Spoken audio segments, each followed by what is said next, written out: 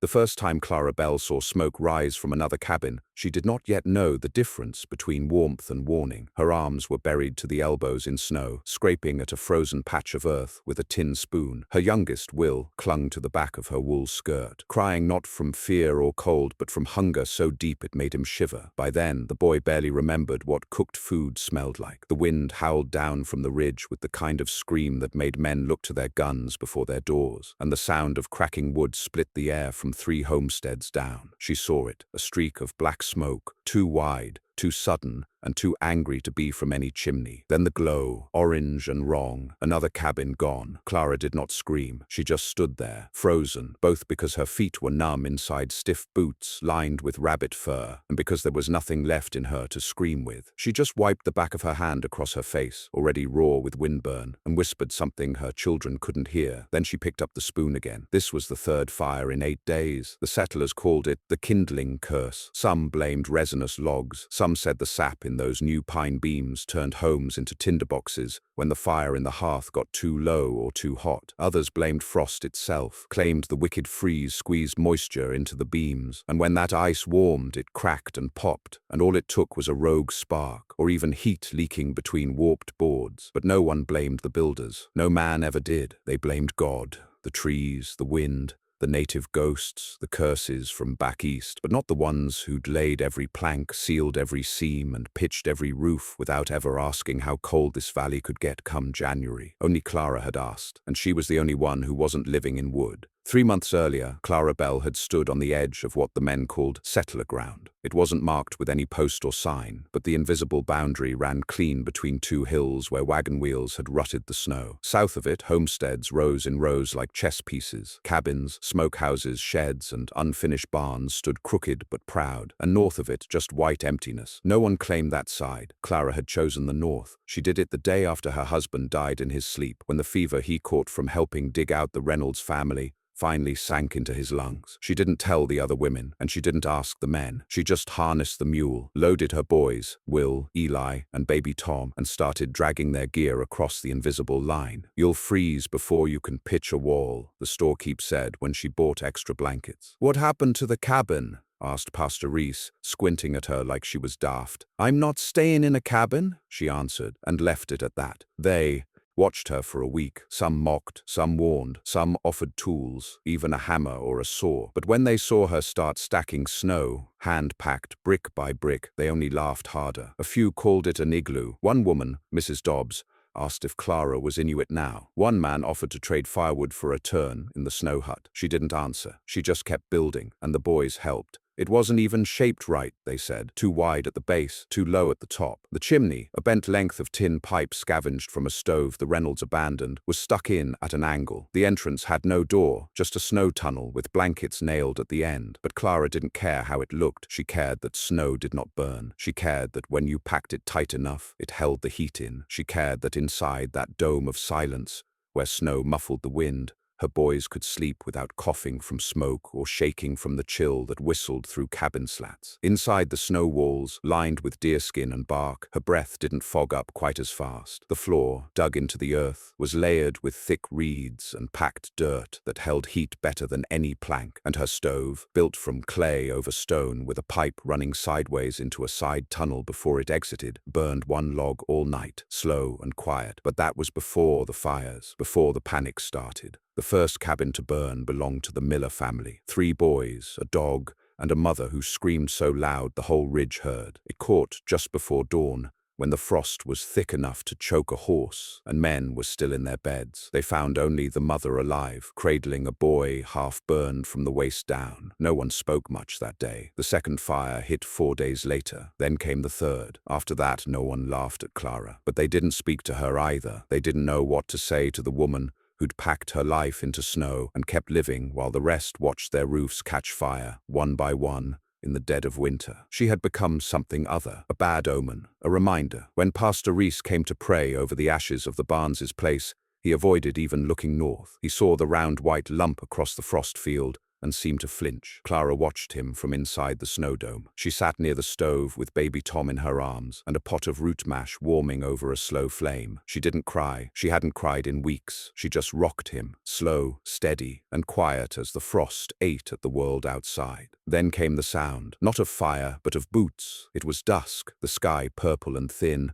and Clara's ears had grown so used to the hush of snow that even a rabbit thumping across the roof would set her nerves upright. But this wasn't a rabbit. It was slow, crunching, deliberate, a knock, not on a door, but on the outside of the tunnel wall. She froze. Will sat up first, eyes wide. Then Eli whispered, "Ma." The knock came again, then a voice. "Clara Bell." It was Sheriff Alden. She crawled out of the tunnel, wrapping her shawl tight, and met him at the tunnel mouth. He wasn't alone. 3 other men stood behind him, faces red from wind, boots soaked from snow. They looked tired, hungry. "Something wrong?" she asked. Alden hesitated, then nodded. "It's starting again," he said. "We lost another." "Who?" "Knox's place. Went up an hour ago." She didn't speak. "You were right," he finally added. "About the cabins." She turned her eyes toward the town. Distant, blurry orange flickered against the sky. Alden swallowed hard. "Can we come in?" The next hour turned Clara's world into something unrecognizable. The same men who wouldn't tip their hats now ducked to enter her snow tunnel. They didn't mock the blankets or the cramped room or the fact that they had to sit cross-legged in the dome's warm hollow. They sat in silence. She ladled them mash from her pot, gave them strips of dried rabbit, poured hot water into tin mugs. No one asked where she got the clay for the stove or how it stayed warm. No one dared. She could see it in their faces now, that haunted glaze. Men who once talked loud and cut wood for show now sat like children, spooked to the bone. Their homes had betrayed them. Fire, their last defense against the freeze, had turned traitor. And here sat a woman in snow, warm. "We're gonna run out of roofs," one of them said. Alden just stared at the stove. Then came the question Clara had been dreading. "How'd you build it?" he asked. She didn't answer right away. Her hands moved slowly, adjusting a log with the poker, watching the clay belly of the stove breathe out heat like a beast. Her lips moved once, then again before she found the words. "I watched how snow held still," she said, "and how heat moves. Not fast, not high, not unless you force it. So I stopped fighting it." Alden frowned. "You saying we fight the fire wrong?" She looked at him then. "I'm saying I stopped trying to beat the cold with wood that wants to burn me back." It was quiet for a long time after that. When the men left, they didn't say much. They just nodded. But one of them, Harlan from the sawmill, left behind his axe at the entrance,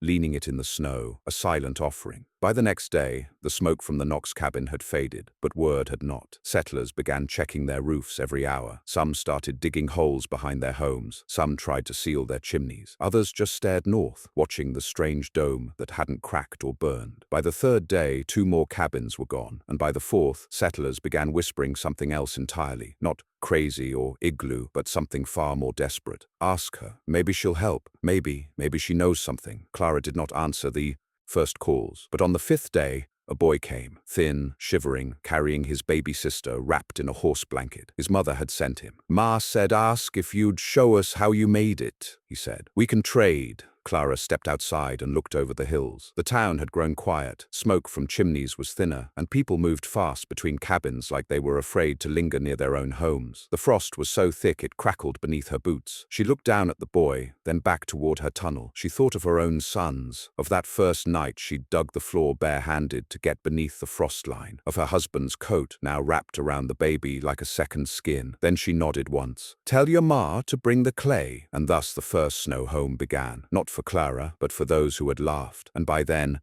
it was already too late for some. Snow, though it had deepened, turning trails into traps and fence posts into faint humps beneath the white. It wasn't the wind either, though that now screamed at night like something clawing through the trees. It was something else, something more terrifying than the cold itself, the fear that fire could not be trusted. The Bell children watched from their snow tunnel as strangers crossed that invisible line each day now, walking from the civilized side of the ridge toward the hollow their mother had claimed months ago. At first, it had been just a few, a widow with her youngest strapped to her back, a pair of older boys dragging broken tools behind them, a wounded man clutching a coat that had burned at the edges. But then came others, families, couples, old men who could barely walk, all trudging through snow, faces downturned, not from shame. Shame had passed, but from the realization that everything they thought thought was solid. Everything they'd built could be undone in an hour by a spark and a stiff breeze. Some brought food to trade. Others brought nothing but bruised pride. And still Clara said nothing. She didn't preach. She didn't boast. She just showed them what she'd learned. She would dig the foundation first, 2 feet down, into frozen dirt and roots, until the ground stopped crunching and started holding warmth. Then she'd pack the floor with woven reeds soaked in water, flattened under stone weights until they stiffened like mat boards. Over that, a layer of clay she smoothed with her bare hands, even as they blistered from cold. The walls came next, snow, packed and carved and shaped like bricks, left outside in the wind for half a day to harden, then stacked in a slow spiral upward. She left gaps, narrow ones, and she'd point to them and say, "Let the air move. It'll turn on you if it can't." The stove she built last, always last. It had to be right. Stone core, clay shell, a thin draft tunnel carved sideways into the snow, exiting 3 feet away. She used a split log to hold the shape until it hardened. The fire never went high. It crawled along the clay belly like a beast trying to sleep, warming slow, steady and low. No sparks. No sudden bursts. They listened, they built, but most of them failed. The first imitation snow dome collapsed before it reached shoulder height. Another cracked in the night when its builder used too much water and not enough time. Some froze before their stove clay could dry. Some tried to bring their old fires inside. Big fires, blazing ones like the kind made to warm cabins, and found themselves choking on smoke, or worse, melting their walls from the inside. Only a few made it through those first days, and Clara didn't fix their mistakes. She watched them fail, and scrape and freeze and curse their own stubbornness. And she let them, because that's how she had learned too. By the end of the second week, the town looked like it had sunk into a graveyard of half-buried memories. The cabins still stood, some of them, but most had been abandoned, boards torn off, roofs caved in, chimneys knocked out and left to sag under snow. Where once smoke had risen clean from settled rooftops, now only silence drifted above the frost. The makeshift snow homes dotted the edge of the ridge like scars. Most weren't perfect. Many were half-finished. Some had tarps instead of snow bricks. Some had walls patched with bark or hide. But they stood,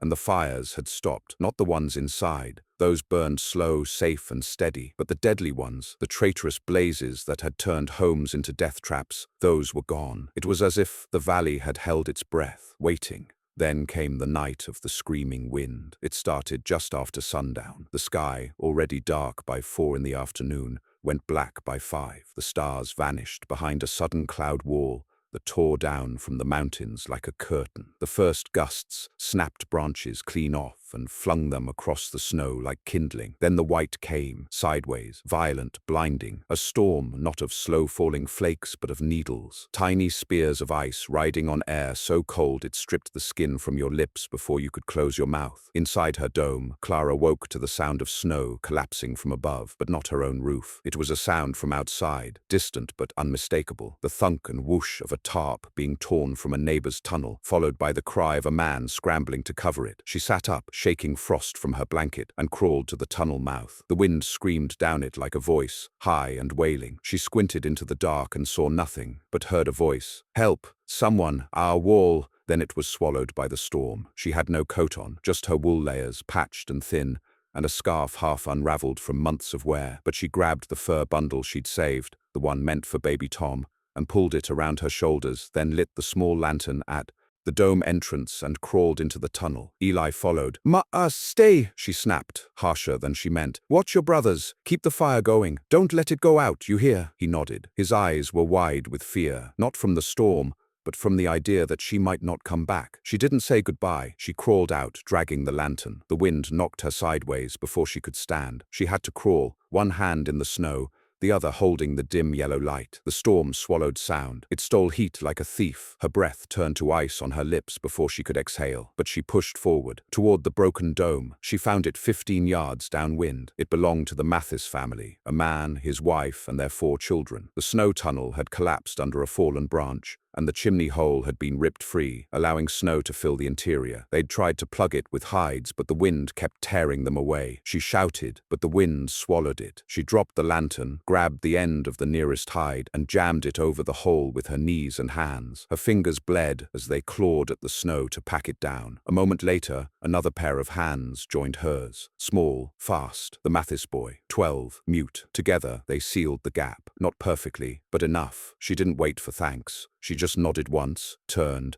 and crawled back. By the time she reached her dome, she couldn't feel her hands. Eli was waiting, crying. She didn't speak. She just held him, held all three of them, and let herself cry too, for the first time since before the snow. When dawn came, the wind was gone, so was one of the domes, just a crater of white and shards of bark. The family had tried to leave in the night. They never made it more than 100 feet before the cold took them. Sheriff Alden and two others found their bodies huddled around a bundle that used to be a baby. Clara didn't go to the burial, but she heard what was said. "Should have stayed in the snow," Alden whispered, voice cracking. They buried them under a cairn of stone and snow, then went back to their domes without speaking. That day, Clara made a decision. She waited until nightfall. Then she crawled out, gathered her sons, and walked silently to the edge of the ridge, where the old trail used to run before the storm turned it into a pit. She looked down, saw the valley spread below, and the ruined cabins buried under drifts. Smoke still rose from some, thin and shy, but others stood dead and cold, black scars under snow. She didn't speak to her boys. She just reached into the pouch at her belt and pulled out a scrap of charcoal. Then she knelt and began drawing on the snow. Lines, circles, markings. Eli watched. "What's that, Ma?" She looked at him, her eyes red from cold and lack of sleep. "A map,"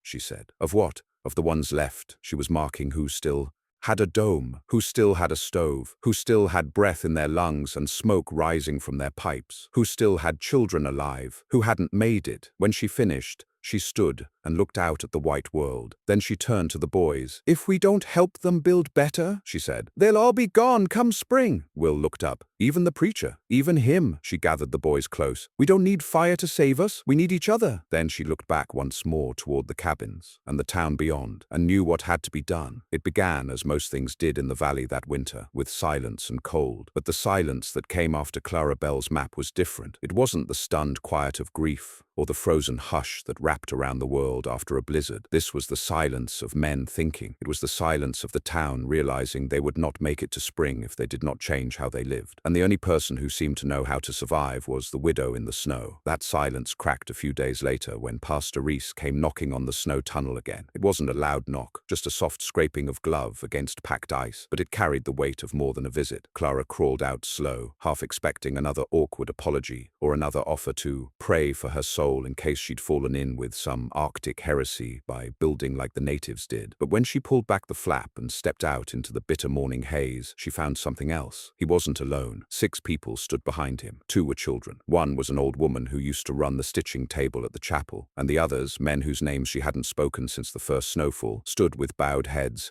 cheeks red from wind, arms full of tools. "We came to ask for help," Pastor Reese said simply. Clara didn't answer. She just moved aside and gestured toward the clay stove's faint chimney smoke curling up behind her. "Then stop standing there freezing." Inside, they took off their gloves, slowly, reverently, like they were in church. The dome was no longer just a home. It had become myth. Clara knew it, felt it in the way they kept their backs straight, the way the children looked at the curved ceiling like it held stars. The pastor didn't waste time. "We want to learn, not just build, but understand how you made it last, why your fire doesn't turn." Clara watched him long, like a woman measuring a man's weight before handing him her only rope. Then she nodded once. "It's not the fire," she said, voice low. "It's the air." The silence returned, but now it was full of listening. That night, the widow taught them things no man in town had ever cared to learn. How the air moved through a room like water in a trough, how it rose too fast when pressed and turned violent when trapped, how cabins fought heat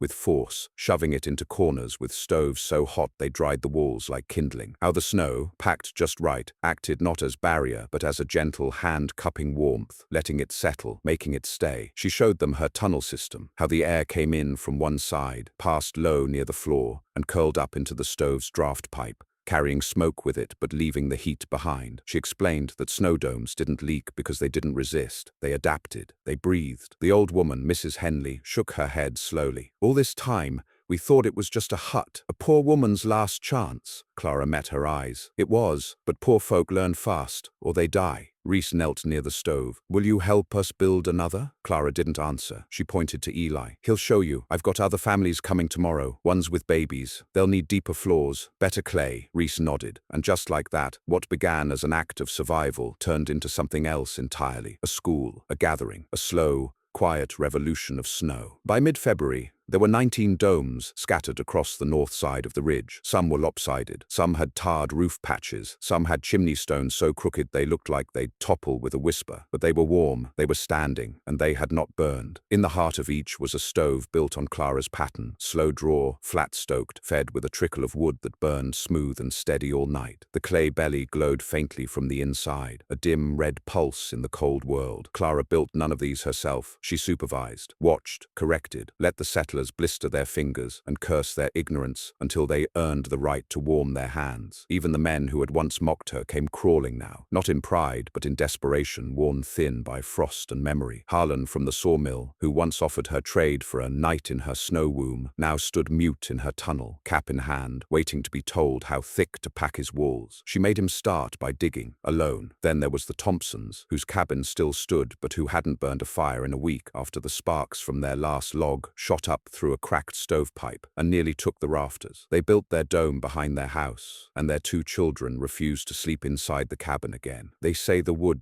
creaks different now, the mother confessed. They don't trust it, Clara just nodded. Neither do I. But not everyone accepted the change. A few men held tight to the idea that a real home had to be made of timber, that living in a snow mound was akin to crawling backward into savagery. One of them, Marcus Yellen, a man who once owned the largest log cabin on the South Ridge, stood up during the town's first meeting after the thaw started and declared the entire movement a disgrace. "We're white folk," he bellowed. "We didn't come west to live like beasts in snow holes." The room fell silent. Then someone stood. A woman, Ruth Dobbs. Her face was raw from wind. Her fingers were cracked and blackened at the tips. "My baby didn't burn to death because I lived in snow," she said, her voice calm. "Yours did." Yellen turned red, opened his mouth, then shut it. He left the meeting and never spoke to Clara again. A week later, his second cabin caught fire. He tried to save it. He did, hauled water until his lungs froze, and the bucket split in his hand. But fire doesn't care about pride.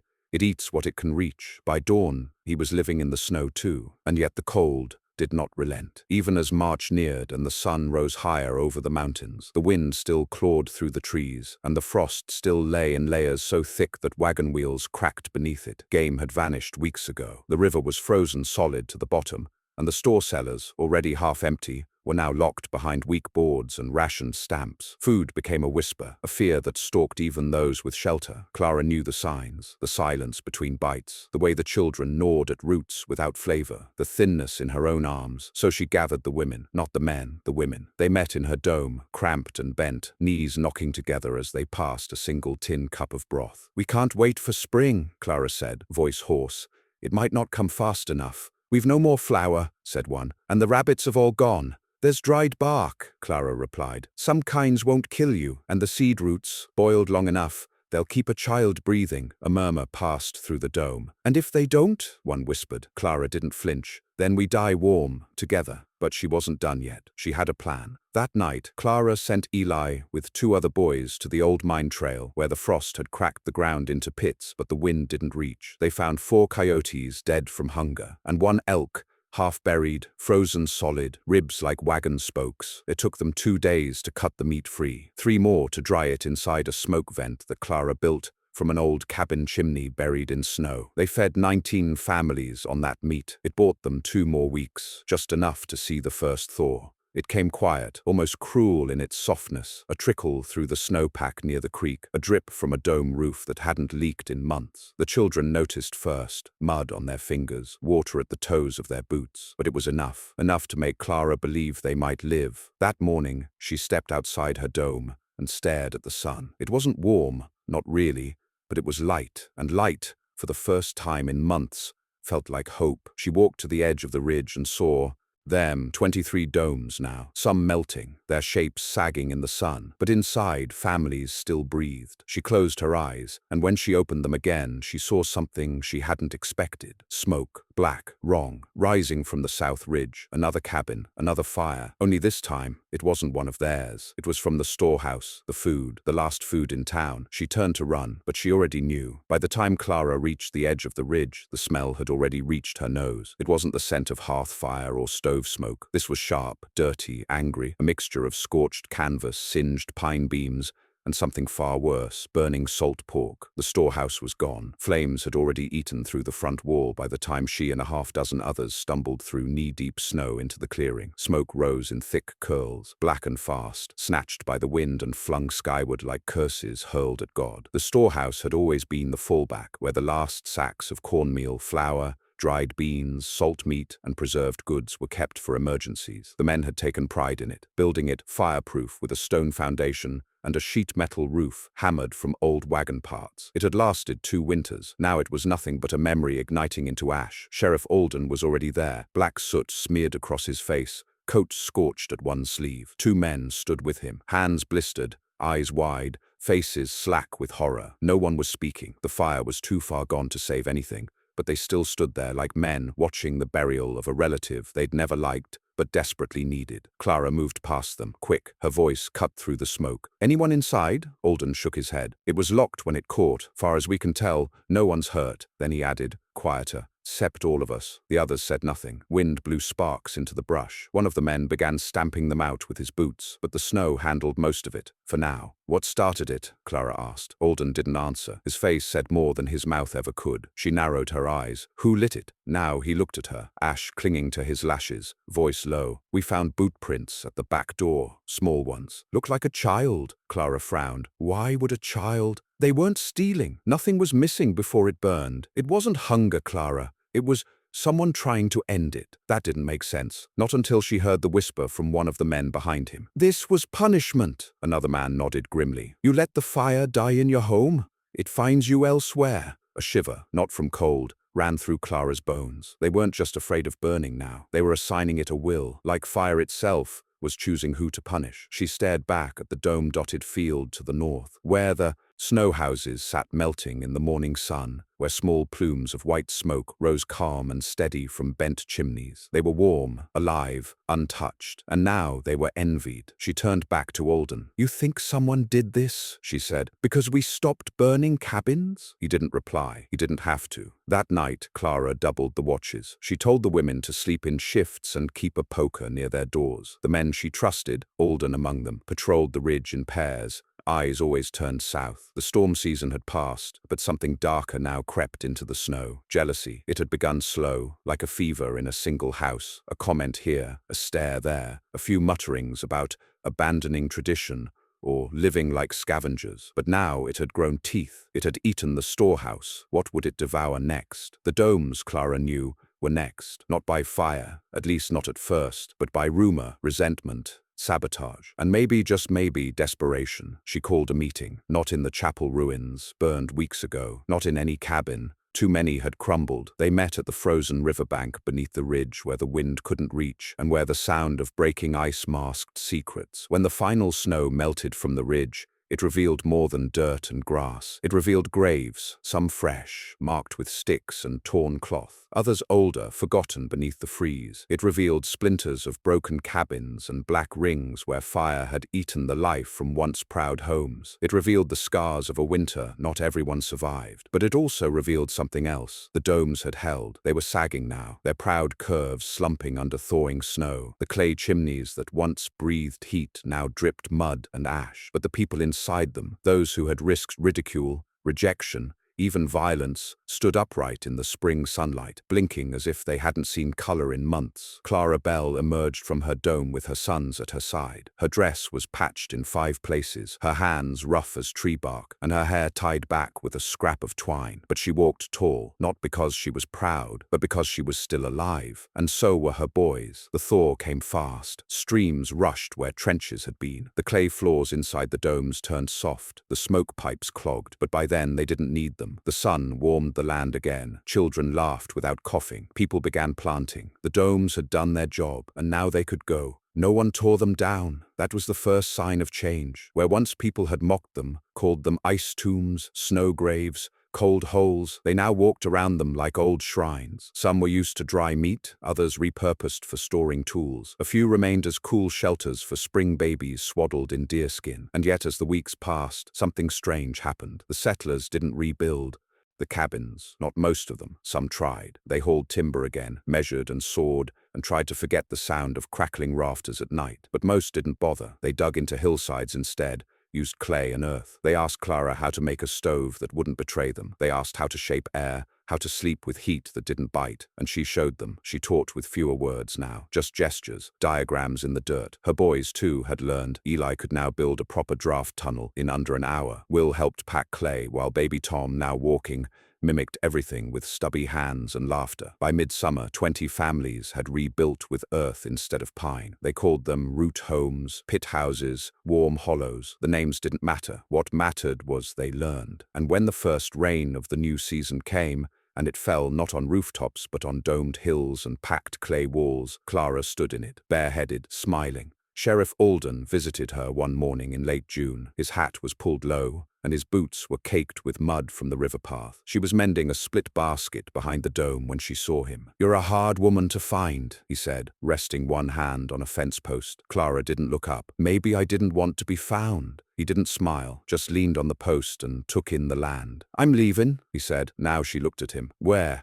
"Back east. There's a rail post in Dunsford now. I can get a seat and be home before frost." Clara returned to her mending. "No frost yet," Alden exhaled. "I ain't built for a world like this." Clara said nothing. Let the silence stretch. "They talk about making you mayor, you know," he added after a moment, "or magistrate, or whatever word they think means leader." "I'm not a leader," she said flatly. "They follow you. They survive. That's different." He watched her for a long while, then pushed off the post. "You showed them something they never knew they needed," she shrugged. "I just didn't want my boys to die." He looked away. "Most of us didn't even try." She glanced up then. "You did." That was all he needed. He tipped his hat. "Tell 'em goodbye for me." She nodded, and he left. Summer brought berries, rabbits, river fish. The women laughed again. The children ran barefoot in mud so rich it smelled like life. And at night, people gathered outside the domes by the flickering glow of new clay stoves built low to the earth. They didn't burn high, they whispered. Clara didn't go to every gathering, but when she did, they always made room. One night, someone asked her what she'd call what she built. She was quiet a long while. Then she said, "Not an igloo, not a hut." Then what? She thought of the first dome, of the night the fire caught in the Knox cabin, of the first knock on her tunnel, of holding Tom while the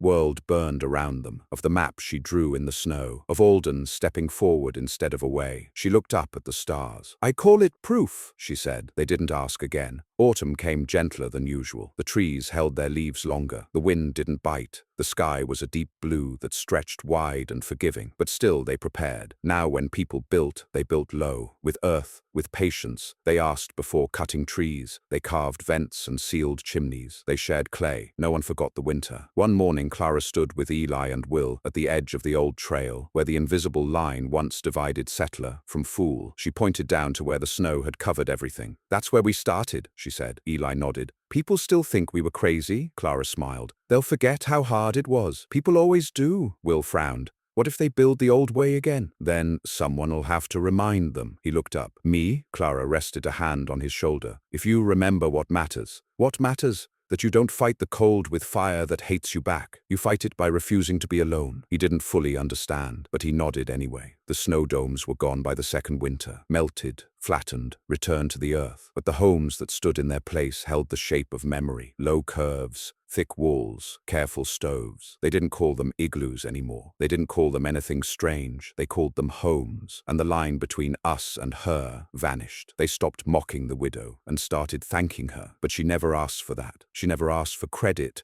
or titles or honors. She only wanted her boys to live, and they did. Years later, when people passed through the valley, traders, surveyors, schoolteachers, they'd pause at the strange homes, the ones that sat like hillocks with hidden chimneys. They'd ask what they were, who built them, why they weren't built like proper houses. The locals would answer with a name: Clara Bell, the woman who built the only home that didn't catch fire. And when the visitors asked if the story was true, some said yes, and others just nodded at the stoves, still warm with soft heat, still burning slow and safe. And some nights, when the snow returned to dust the hills, you could walk out to the field where the first dome had stood. There'd be nothing there now, no bricks, no clay, no chimney, just the memory of warmth, and that was enough.